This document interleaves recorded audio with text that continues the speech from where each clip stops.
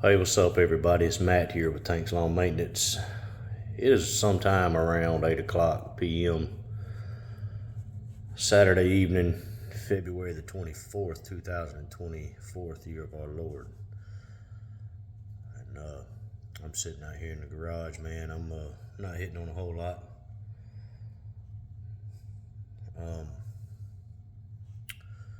Had two cleanups to do today, 2 yards side by side.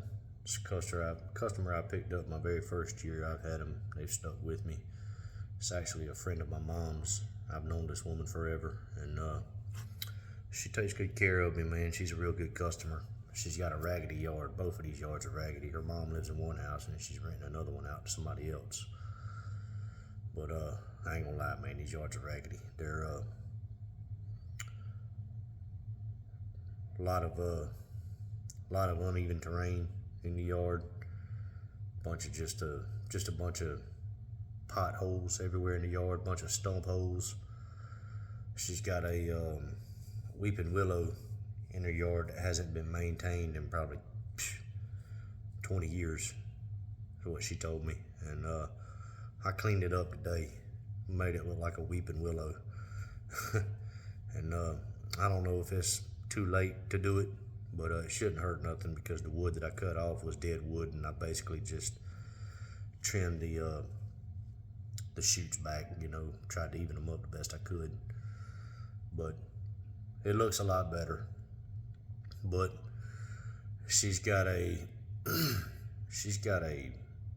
water problem in her yard in a low spot, and she had a French drain installed last winter, and she went cheap on the French drain. It was somebody that somebody knew, and she was just trying to support an up and coming business owner, someone who was trying to make a name for himself, and he wound up doing a shoddy job on it. And so she hired another company, a big company, and she's going round and round with them right now because it wasn't, they already started out bad.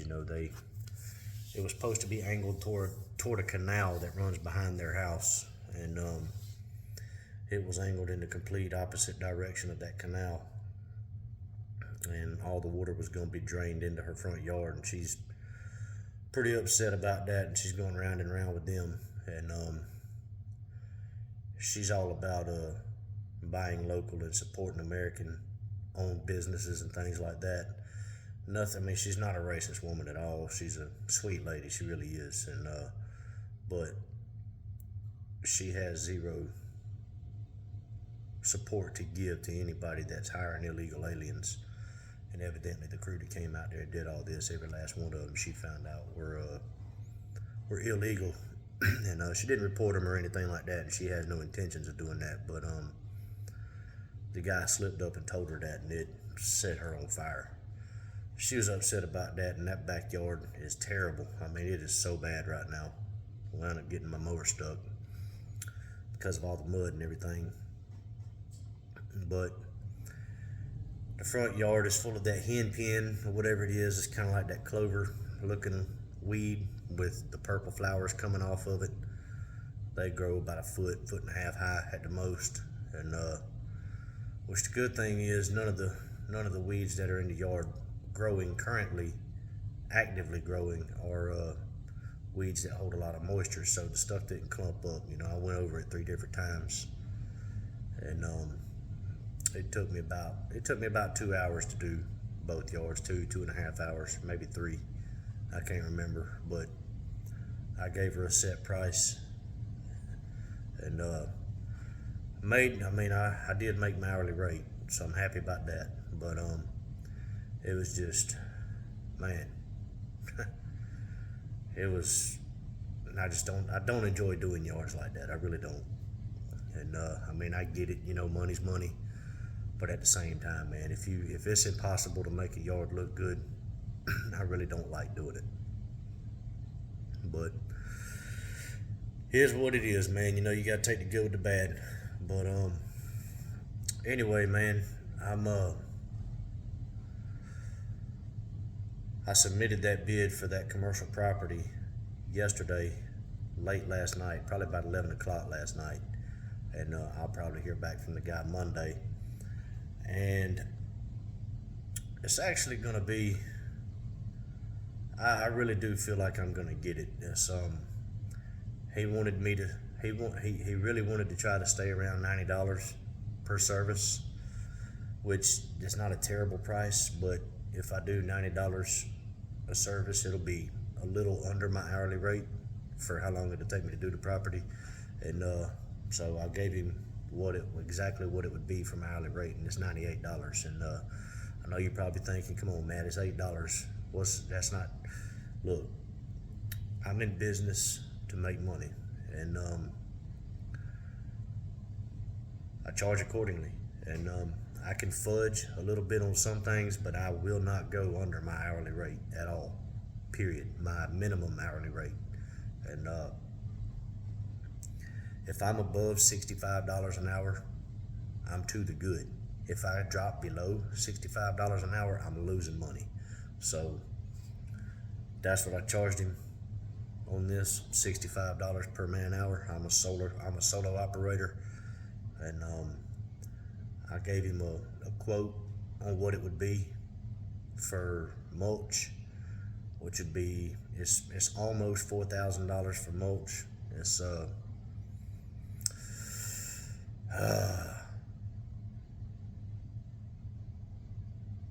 I can't even remember how many yards of mulch it is, but it is so much mulch. It's not even funny how much mulch it is.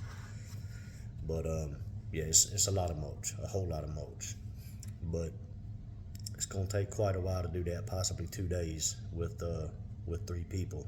And I have 2 people that'll help me, and also my wife will probably help me too if I get it.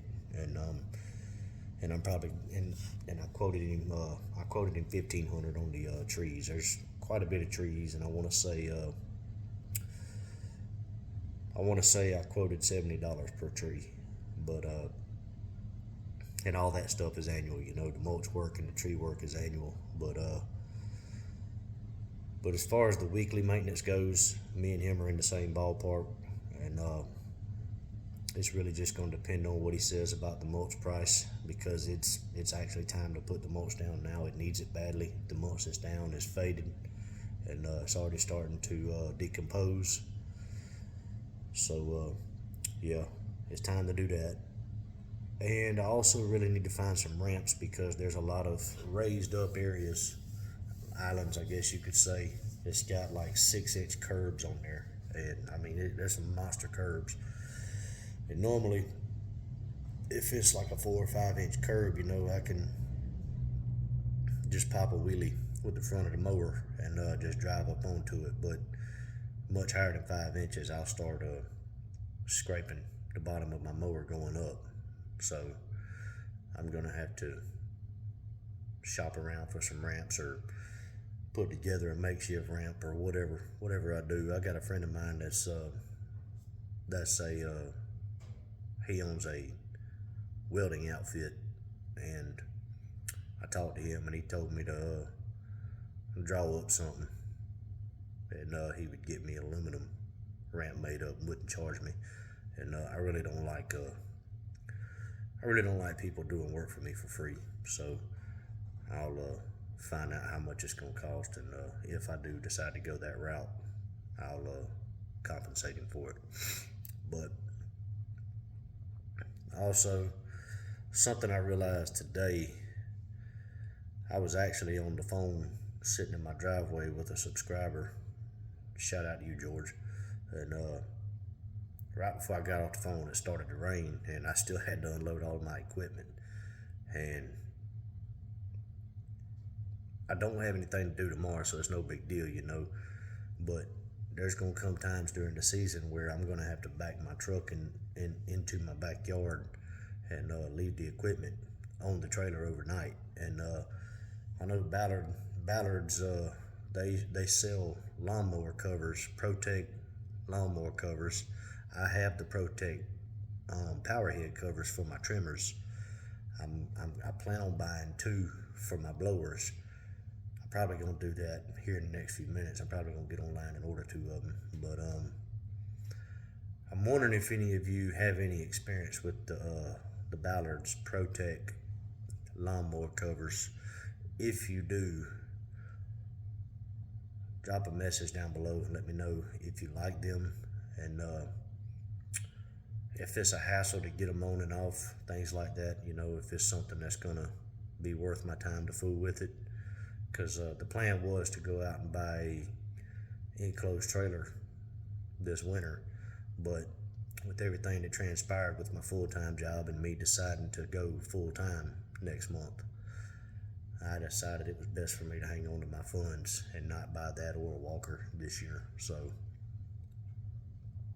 I'm gonna hang on to my funds, and I'm just gonna make do with what I got, unless I get to a point where I can splurge like that. But it's gonna take the hand of God for me to get to that point. So there's that. But yeah, if y'all got any experience with them, with the Protect lawnmower covers made or sold by Ballard on his website, leave me a message down below or a comment down in the box, and just let me know what you think of them, and what your experience is with them, how you like them, or if you like them at all. But yeah, man, just pretty much a lazy weekend. I say a lazy weekend. I worked my tail off yesterday. It rained yesterday morning, and so I couldn't mow anything, couldn't get no mowers on the property yesterday. So I did some tree work yesterday. Had a customer call me, wanted a crepe myrtle trimmed, and then wanted another one cut down. It's not a regular customer of mine. It's just somebody that got my name off of Google. But I know it's kind of late to trim crepe myrtles. It's not that late. It's only like a week late. I normally trim my crepe myrtles, prune them all back before Valentine's Day, so it's not going to hurt nothing to do it a week later, especially with this weather here in Georgia. It'll probably be 30 degrees next week, so it'll be fine. And nothing's starting to bud on the crepe myrtles yet anyway around here. So we're good on that. But I worked my tail off on that. That took me about, I'm not gonna lie, that was the worst tangle of mess I've ever seen on a crepe myrtle. And it wasn't a tree, the one that I trimmed. It was a bush. It was one that's got like 7 or 8 stalks coming off of it, and might get about 10-15 feet high at the most, full grown. But just that one took me nearly 4 hours to trim or prune, and it just had so many vines, and there was wisteria growing up all in it. It had a bunch of mistletoe in it. It was just a mess. Had briars growing all up through it. It was just a mess. It was just a tangle of mess, and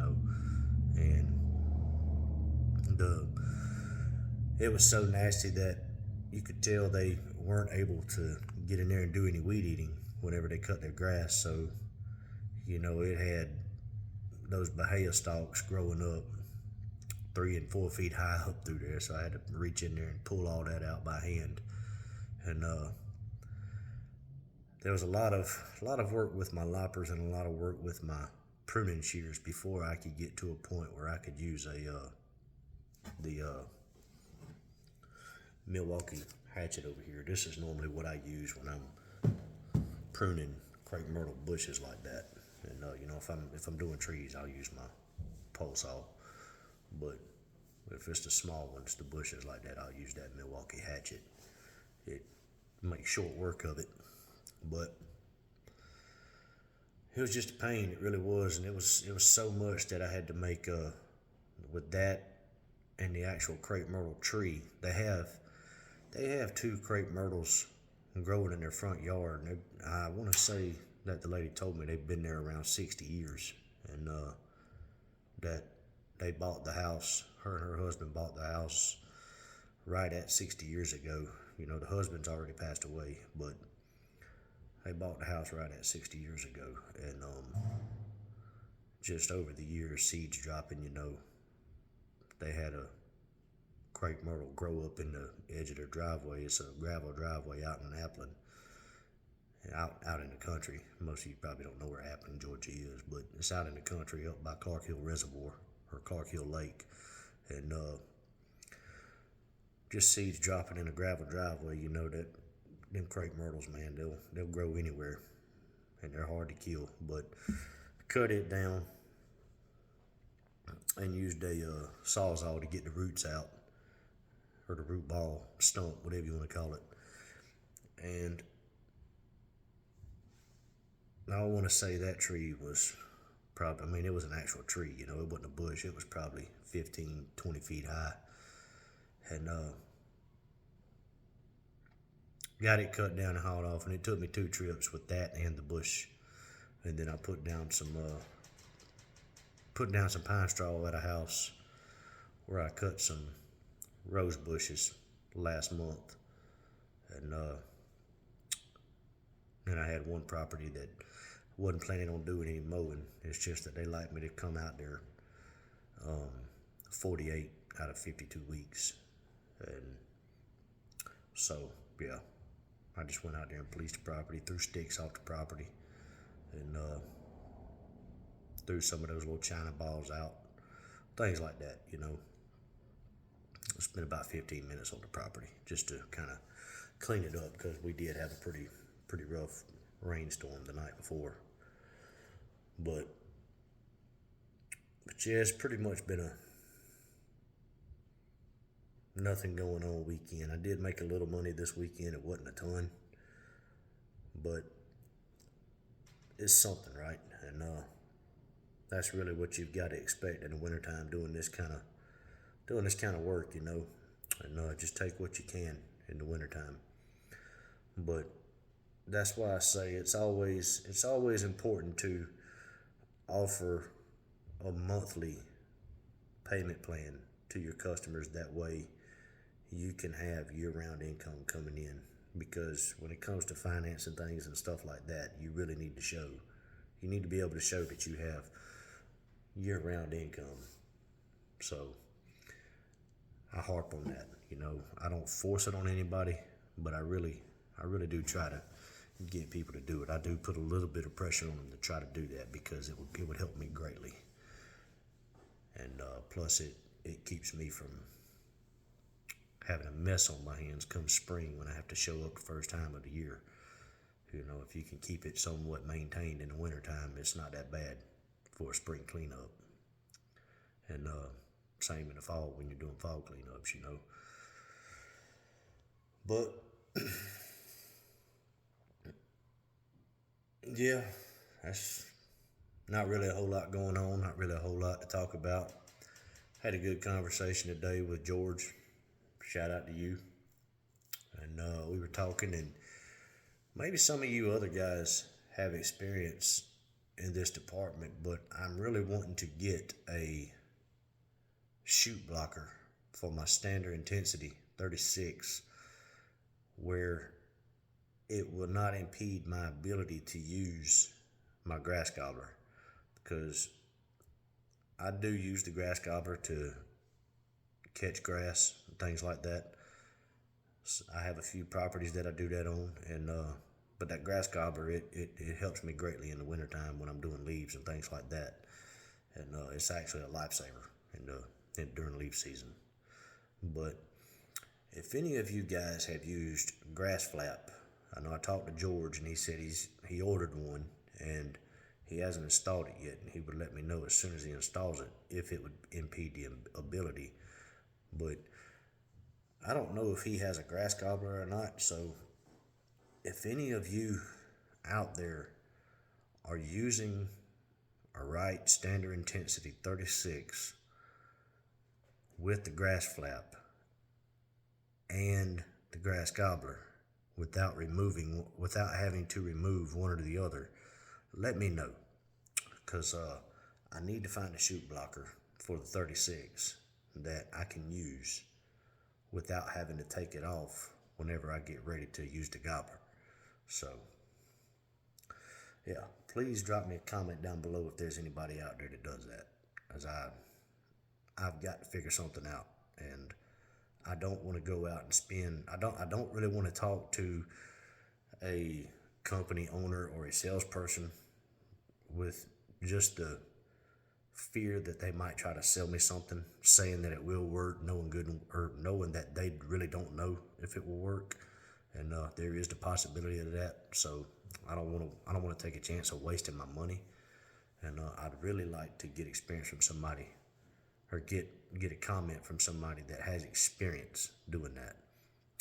So yeah, if there's anybody out there, drop me a comment down below if you see this video. But yeah, man, ain't really a whole lot going on right now.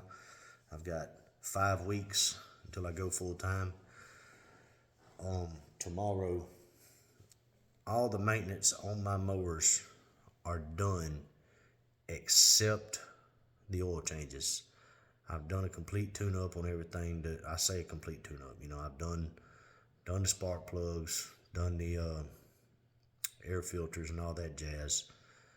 But all of that is done. But I am going to change the oil filters and the oil on both the standards tomorrow, and I'm going to change the oil on the Toro recycler over here, the push mower. Although you're not supposed to have to change the oil on a Toro recycler, I ain't taking that chance. I'm changing the oil on it. But I've never heard of a piece of mechanical equipment that you don't have to change the oil in, so I ain't taking that chance. I'm doing it. I'm changing the oil. But anyway, got that, and all of my other equipment is tuned up. I tuned it up 2 or either 3 weeks ago. I want to say it was the very end of January when I tuned everything up.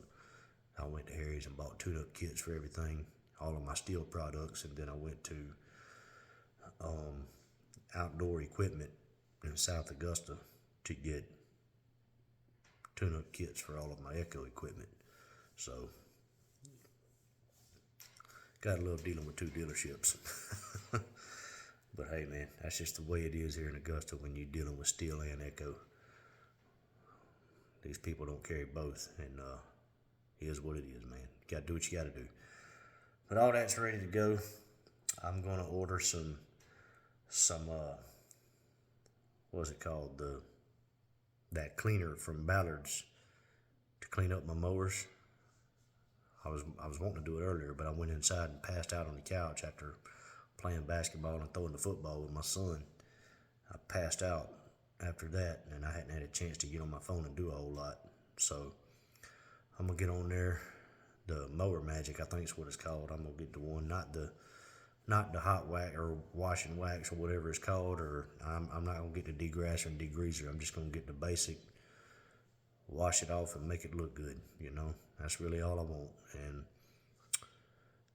I know I saw a video with Russell up in Gwinnett Lawns, and it was actually a really good video. So I highly suggest that y'all tune into his channel, subscribe. He's got some very informative stuff that he goes over, a lot of reviews and a lot of how-to videos. But if anybody else has any experience with the Mower Magic from Ballard's, drop me a comment below. I like Ballard's, man. It's not that I think their products are better than anybody else. I just like how easy it is to navigate that website to get exactly what you're looking for. You ain't got to spend 45 minutes to an hour trying to find something on the website. You just type in your mower or type in what you're looking for in the search bar, and it takes you right to it. I mean, lickety split. It's quick, fast, and in a hurry, you know. I mean, my account information is already saved on there, so I just go click on what I need, hit add to cart, and when I get ready to pay, my account information automatically comes up, and I just hit order, and it gets here within about a week and a half. And I kind of waited a little late to order the Mower Magic. I actually rated way too late. I really wanted to do that this weekend, like tomorrow. That way it'll be ready going into next weekend, because next weekend I am going to be wide open. wide open. My season starts next Friday. So,